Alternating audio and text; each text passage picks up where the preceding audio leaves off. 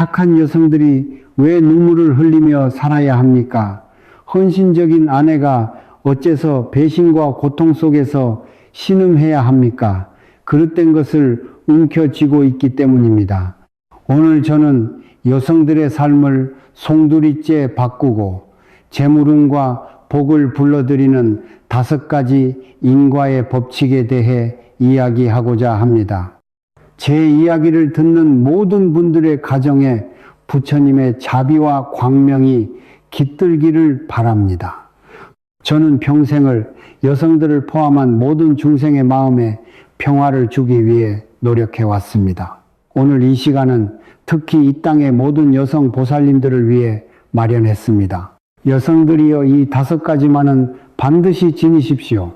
그러면 당신의 삶이 찬란하게 빛날 것입니다. 첫째, 그 무엇과도 바꿀 수 없는 독립과 자유, 자존감을 절대 포기하지 마십시오. 스스로의 삶을 책임질 수 있을 때 비로소 진정한 자유가 찾아옵니다. 경제적으로 누군가에게 의지하는 순간 우리는 모든 면에서 종속되기 시작합니다. 여성들이여, 스스로 일어서십시오. 자신만의 일을 갖고 스스로 돈을 버십시오. 제 아무리 돈 많은 부자에게 시집을 갔다 한들 무언가 돈을 쓸 때마다 남편의 눈치를 보고 그의 기분을 살펴야 한다면 그것이 어찌 행복이라 할 수 있겠습니까? 그것은 감옥과 다를 바 없습니다. 내가 내 손으로 직접 번 돈을 쓰는 것만큼 즐거운 일은 세상에 없습니다. 행복해지고 싶다면 자유로워야 하고, 자유롭고 싶다면 반드시 독립해야 합니다. 이것이 세상의 이치입니다. 옛 어른들 말씀에 몸은 부모님이 주셨으나 기쁨과 슬픔, 배고픔과 배부름은 모두 자기 자신에게 달려있다고 했습니다. 부디 스스로 일어서는 법을 배우십시오. 여러분은 지금 어디에서 이 이야기를 듣고 계십니까? 되게 편안한 소파 위인가요? 아니면 출퇴근길의 작은 스마트폰 화면인가요? 둘째, 스스로를 가꾸고 매력적인 모습을 잃지 마십시오. 이것은 남자를 유혹하기 위함이 아닙니다. 자기 자신을 위한 것입니다. 거울을 봤을 때, 아, 나 아직 괜찮구나, 아직 생기가 넘치는구나 하고 스스로 만족할 수 있어야 합니다. 내가 나 자신을 사랑해야 남들도 나를 귀하게 여기는 법입니다. 당신의 밝고 긍정적인 에너지는 주변 사람들에게도 좋은 기운을 전달합니다.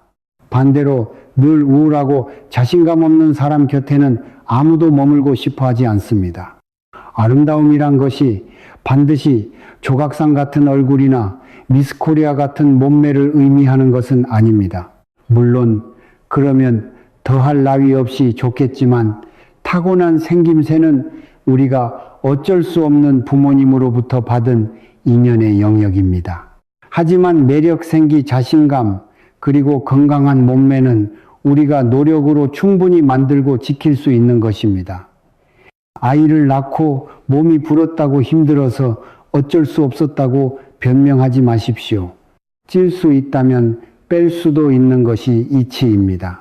과학적인 방법과 꾸준한 노력으로 얼마든지 예전의 모습을 되찾을 수 있습니다.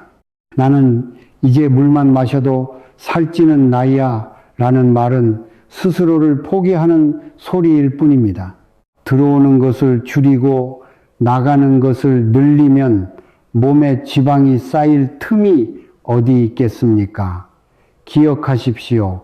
밝고 매력적인 모습을 가진 여성은 어디에서나 더 큰 성공과 행복을 얻게 됩니다. 재물과 아름다움을 모두 가진다면 금상첨화 아니겠습니까? 가장 서글픈 것은 가진 것도 잘난 것도 없는데 외모마저 스스로 돌보지 않아 초라해지는 것입니다. 시청자분들은 올해 연세가 어떻게 되시는지요? 셋째, 당신의 든든한 지원군이 되어줄 사람들을 만드십시오. 우리는 흔히 성공한 남자 뒤에는 훌륭한 여성이 있다는 말을 듣습니다. 왜 우리는 누군가의 뒤에서는 그림자가 되어야 합니까? 이제는 성공한 여성 뒤에는 그녀를 지지하는 많은 사람들이 있다는 말이 새로운 진리가 되어야 합니다. 집에서는 남편이 당신을 응원하고 직장에서는 남성 상사와 동료들이 당신을 아끼고 도우려 하며 길에서 만난 인연조차 당신을 귀하게 여기도록 처신하십시오. 이것이 어찌 남자를 유혹하는 가벼운 행동이겠습니까? 당신의 능력과 지혜, 바른 인품에 감복하여 모두가 당신을 존중하고 돕고 싶게 만드는 것입니다. 남편은 남편으로서, 동료는 동료로서 각자의 자리에서 당신의 든든한 울타리가 되어줄 것입니다. 이런 복을 스스로 걷어차고 결혼했다는 이유로 모든 인간관계를 끊고 오직 한 남자에게만 매달리는 어리석은 짓을 하지 마십시오. 그것은 스스로 노예가 되기를 자처하는 길입니다. 여러분의 가정에 늘 건강과 재물운이 가득하기를 기원합니다. 이 채널을 구독하시고 복을 쌓아 가십시오. 넷째 움켜쥘 수 있다면 놓을 수도 있어야 합니다. 한 번 인연을 맺었으니 무슨 일이 있어도 끝까지 참고 견뎌야 한다는 생각은 어리석은 집착일 뿐입니다. 내 팔자가 이런 것을 어쩌나. 20년을 참았는데 남은 인생도 그냥 참고 살지 라고 말하지 마십시오. 하늘은 우리에게 단 한 번의 귀한 생을 주셨습니다. 왜 그 짧은 인생을 눈물과 한으로 채우려 하십니까? 결혼이란 서로에게 기쁨과 힘이 되어줄 때 의미가 있는 것입니다. 만약 폭력과 무시, 억압 속에서 하루하루를 지옥같이 살고 있다면 그 인연은 이미 끝난 것입니다. 그런데도 여자는 시집 가면 그 집 귀신이 되어야 한다는 낡은 관념에 사로잡혀 이혼은 절대 안 된다고 손사래를 치는 여성들을 보면 참으로 안타깝습니다. 그것은 한낱 관념의 노예일 뿐입니다. 기억하십시오. 내가 당신을 선택했듯이 당신이 내게 합당한 사람이 아니라면 나는 당신을 버릴 수도 있습니다. 폭력적인 남편과 함께 사느니 차라리 혼자가 되는 것이 100번 낫습니다. 그것이 진정으로 나 자신과 내 아이를 위하는 길입니다.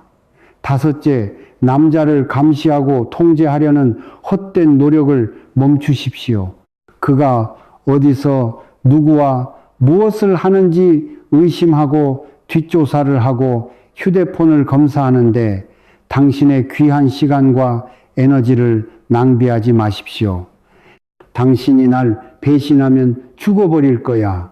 와 같은 협박은 결국 자기 자신을 파괴할 뿐입니다.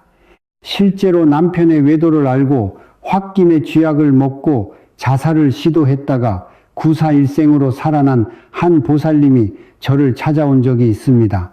제가 물었습니다. 왜 남편의 잘못 때문에 보살님이 죽으려 했습니까? 그녀가 답했습니다. 제가 죽어야 그 인간이 평생을 후회하고 죄책감 속에서 고통받을 테니까요. 제가 말했습니다. 어리석기 짝이 없소. 보살님이 죽으면 가장 먼저 당신을 낳아주신 부모님 가슴에 대못을 박는 것이고 다음으로는 당신의 자식들이 어미 잃은 슬픔과 끔찍한 업보를 짊어지게 되는 것이요. 그 남자는 잠시 슬퍼하다가 이내 다른 여자를 들여 당신 자리를 채울 것이요. 어찌 그런 하찮은 인연 때문에 목숨을 버리려 하시오. 절대 그런 어리석은 짓을 하지 마십시오. 그 시간에 자기 자신을 돌보고 발전시키십시오. 당신 스스로가 향기 나는 꽃이 되면 벌과 나비는 저절로 날아드는 법입니다. 내가 가치 있는 사람이 되면 한 남자가 아니라 여러 좋은 인연들이 당신 곁에 머물고 싶어 할 것입니다. 이것이 제가 오늘 이 땅의 모든 여성 보살님들께 전하고 싶은 5가지 지혜입니다. 부디 어리석은 집착을 내려놓고 스스로 삶의 주인이 되어 자유롭고 행복한 나날을 보내시길 바랍니다. 오늘 이 이야기를 듣고 계신 여러분은 지금 몇 살이신가요? 문득 궁금해지네요.